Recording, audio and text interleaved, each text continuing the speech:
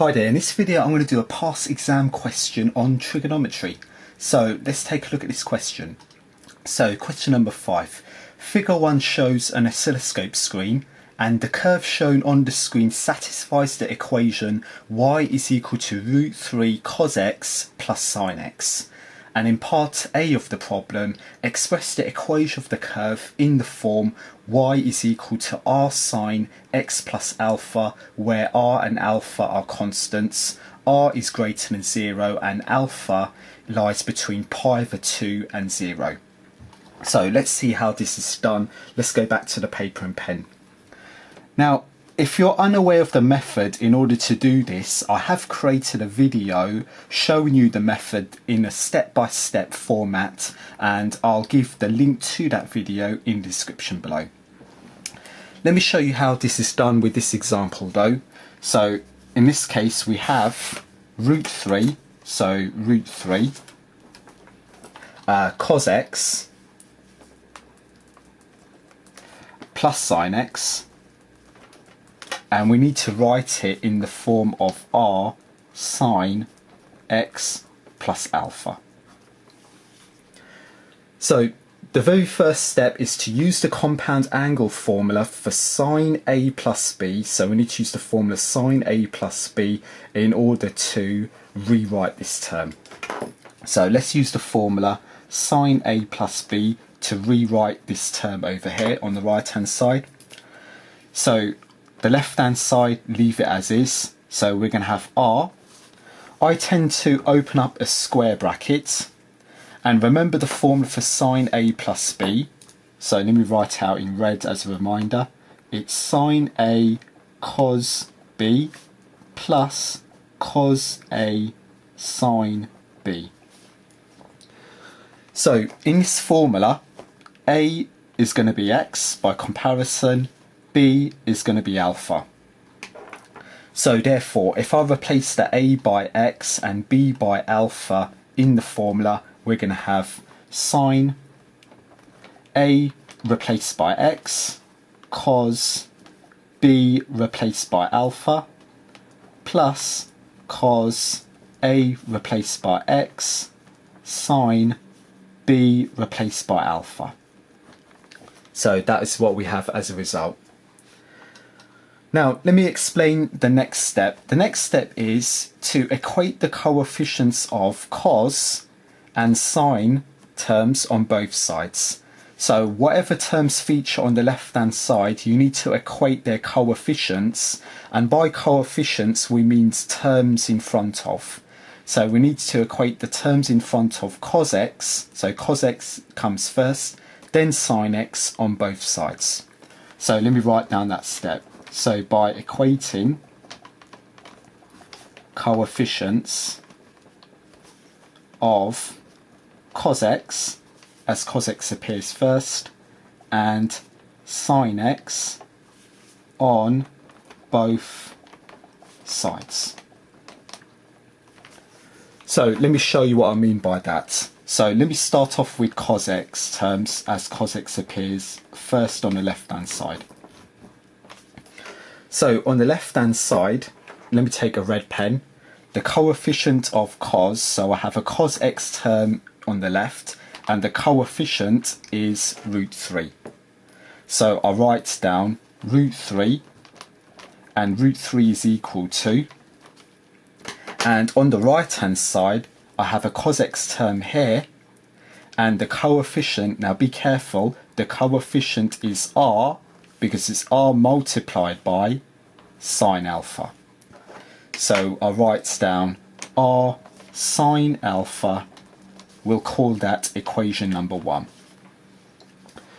So that is what we have when we equate the coefficients of cos x terms on both sides. We need to do the same with sine x terms. So for sine x, let me take a green pen. So I have two sine x terms on both sides. I have a sine x term here, I have a sine x term here.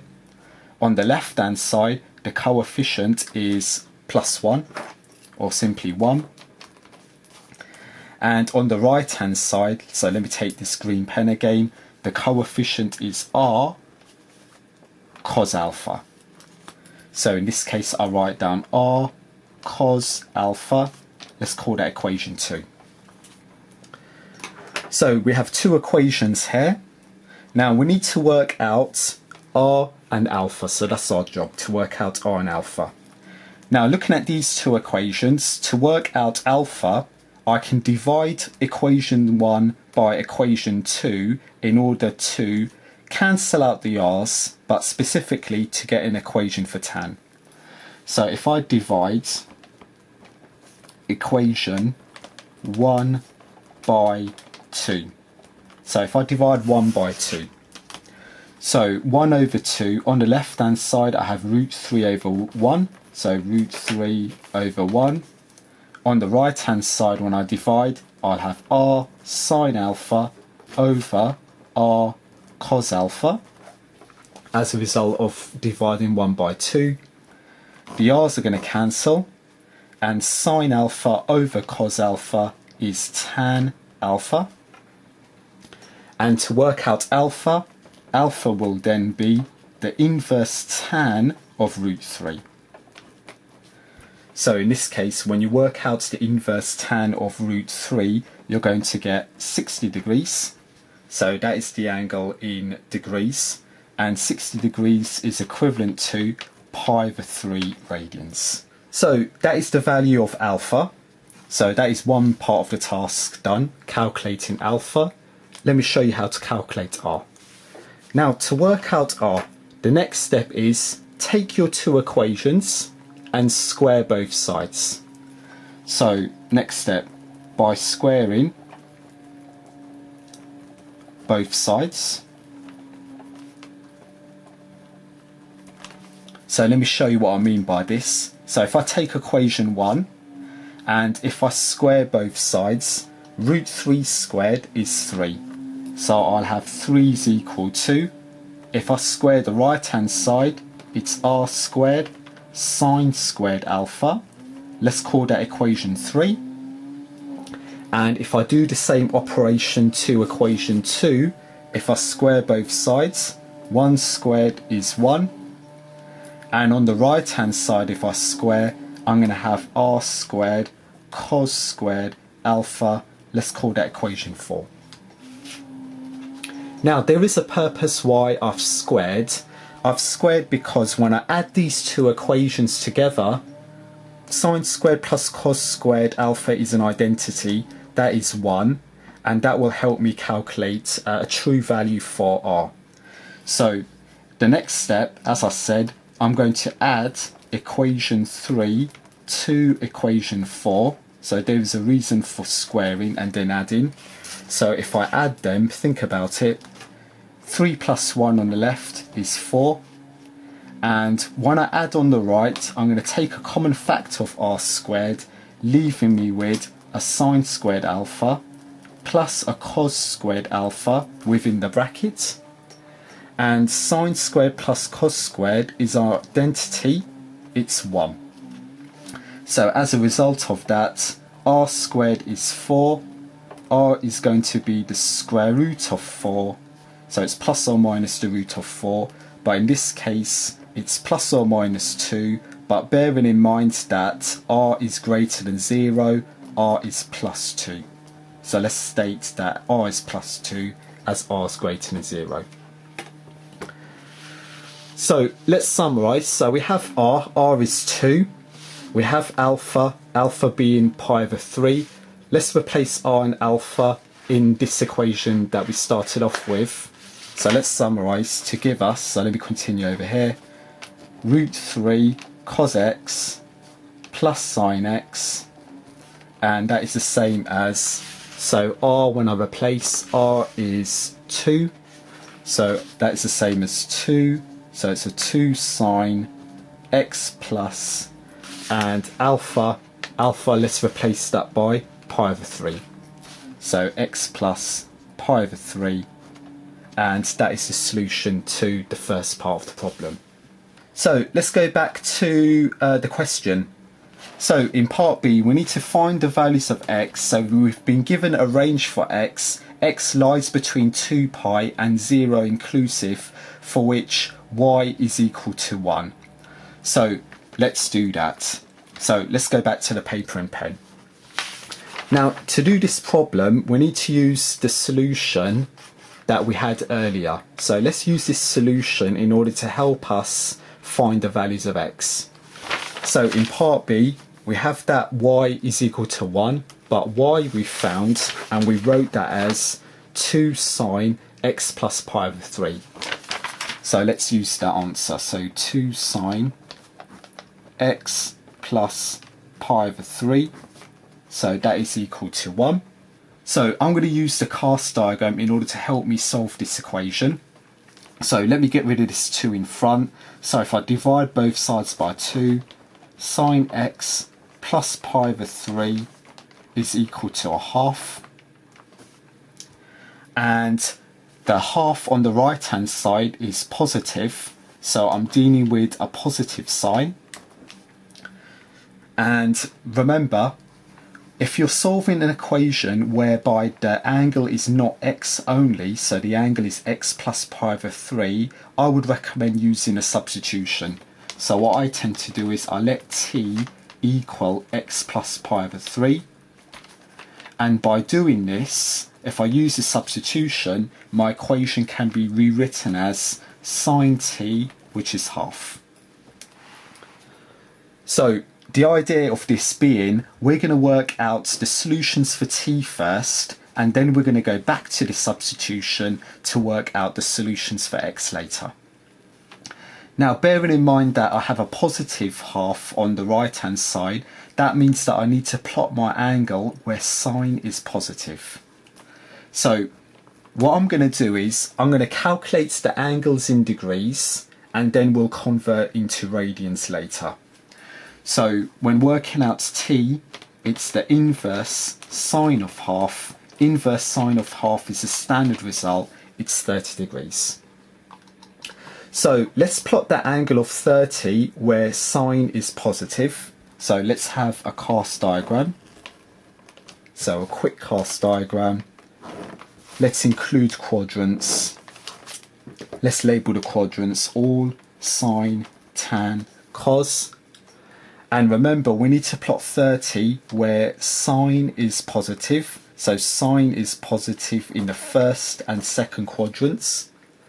And when representing the angle, we always measure the angle from the horizontal line. So from the horizontal line in quadrant 1, 30 degrees, something like this. So just a rough judgment. And from the horizontal line in quadrant 2, 30 degrees represented, something like this in quadrant number 2. Now, if we go back to the screenshot, we need positive angles. So we need positive angles, and that is indicated by the range, because the range for x lies between 2 pi and 0. So we need positive angles. So if we go back to the paper and pen, we've plotted our cast diagram. Let's look for positive solutions. So remember, positive solutions are measured from our 0 degree line in the anti-clockwise direction. So let's go in the anti-clockwise direction to work out these positive solutions. The first one of which will be from the 0 degree line until you strike that first line. So let me call that T1. T1 is 30 degrees. Now, if we go to the substitution to work out x, we need to subtract pi over 3 later on. So bear that in mind when we work out the x angles or the x solutions. So let's move on from there. Let's work out T2, another one. T2 will be, so if I take a green pen, from the 0 degree line until we hit the second line, and that angle from here to here will be the angle in a straight line, which is 180 degrees, minus this acute angle of 30 degrees. So 180 minus 30 is 150 degrees. Now again, bearing in mind that to work out the x solutions we'll be subtracting pi over 3, so it's a good idea to work out one more solution for t. So one more solution for t will be from the 0 degree line right round, so 1 revolution, all the way until you reach that first line again. So it's 1 revolution, which is 360 plus 30. So let's call that T3. T3 is 1 revolution, which is 360, plus this angle of 30. 360 plus 30 is 390 degrees. So here are the solutions for T in degrees. Let's do a conversion to radians. So to convert to radians, you can multiply by pi over 180. So multiply each of these by pi over 180 in order to convert to radians. So remember the conversion, 180 degrees is pi radians. So 1 degree will be pi over 180 radians. So that is the reason why we're multiplying by pi over 180. And if we simplify, 30 times pi over 180, we can keep it as pi over 6. So that is T1. Next one, 150 times pi over 180 is 5 pi over 6 when simplified. And 390 times pi over 180, that simplifies to 39 pi over 18. So these are the solutions for T, bear in mind. Now, as we discussed, to work out the X solutions, we need to go back to the substitution. So in this case, since T in this case is X plus pi over 3, to work out X, it's T subtract pi over 3. So we need to subtract pi over 3 from each of these T solutions. So let's have a look at these in turn. So when T1 is pi over 6. So when I substitute, X1 will be T1, which is pi over 6 minus pi over 3. So pi over 6 minus pi over 3 is minus pi over 3. Now, according to the range, so if you go back to the screenshot, we're not looking for negative solutions, we're looking for positive solutions according to the range. So if we go back to the paper and pen, so let's neglect this answer. So let's neglect X1. However, we've got more solutions to deal with for T. So remember, T2, 5 pi over 6. So let's replace that in our substitution in order to work out the corresponding X. So in this case, when T2, so T2 is 5 pi over 6, X2 will be 5 pi all over 6 minus pi over 3. And in this case, 5 pi over 6 minus pi over 3, when you calculate that, that simplifies to pi over 2. So in this case, it's within the range. So this answer is valid. And we have another value of T, T3 being 39 pi over 18. So when T3 is 39 pi over 18, so when I replace, X3 will be, so in this case, 39 pi over 18 minus pi over 3. And that simplifies to 11 pi, so it's 11 pi over 6. So another solution in this case, well within the range. So all in all, we have 2 solutions according to the range given. So that completes part B, and that sadly ends this video as we completed the question in its entirety. So I hope you found this video helpful. I hope you enjoyed the video. If you did enjoy the video, a like rating is very much appreciated. Do plenty of practice related problems, and I hope to see you again. Thank you.